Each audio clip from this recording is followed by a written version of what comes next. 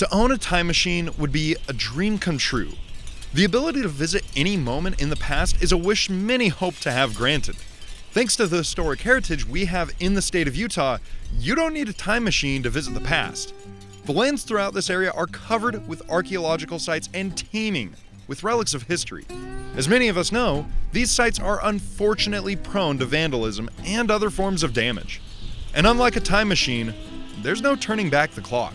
Any damage that we see tends to be permanent if someone's touched the panel itself. One of the issues that we see is increased incidence of graffiti and vandalism in general. We see different incidents, using different media. Certain ones the different media include spray paint, chalk, ash from firewood, also chipping into the structures or bullet holes, with people with firearms. Most forms of vandalism are obvious and easy to avoid doing yourself. But even accidentally touching panels with your own hands can cause damage to the geologically fragile surface. People unwittingly will deface it by touching the patina or touching the actual rock art and altering the patina of it with the oils of their skin. The desert varnish or the patina, which the graffiti has been carved into, is at least 13,000 years old. It can just not be the patina is damaged initially, but if there's skin oils or some other substance that's touched the panel, it can alter the way the panel looks. It can bleed out onto the rock art, or it can permanently make it so that it can't be seen again. All of the damage done, inadvertently or otherwise, is generally irreversible. Repairs are temporary if at all possible, and many descendants of the indigenous people who carved these panels even prefer they not be tampered with anymore.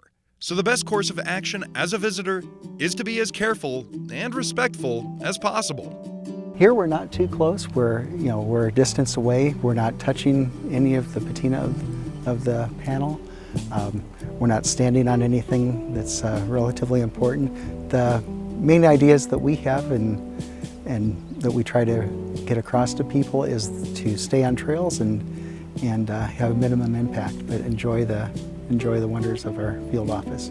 One of the beauties about living in the digital age is we don't need to carve our names into the rock anymore. We can show these amazing places and share our connection with each of these archaeological sites by utilizing digital spaces instead. We recognize that there's something ingrained that sometimes folks want to say, I was here.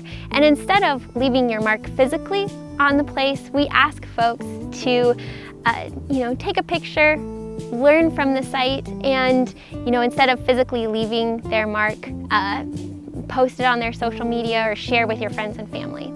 It is a privilege to travel back in time by just taking a short drive to many places in Utah. But in order to keep that privilege, we have to be the best visitors we can all be. Remember, look, but don't touch. If we can all follow this simple rule, these iconic locations will allow future generations to teleport into the past just like we can. For At Your Leisure and this week's Along the Way, I'm Nick Chase.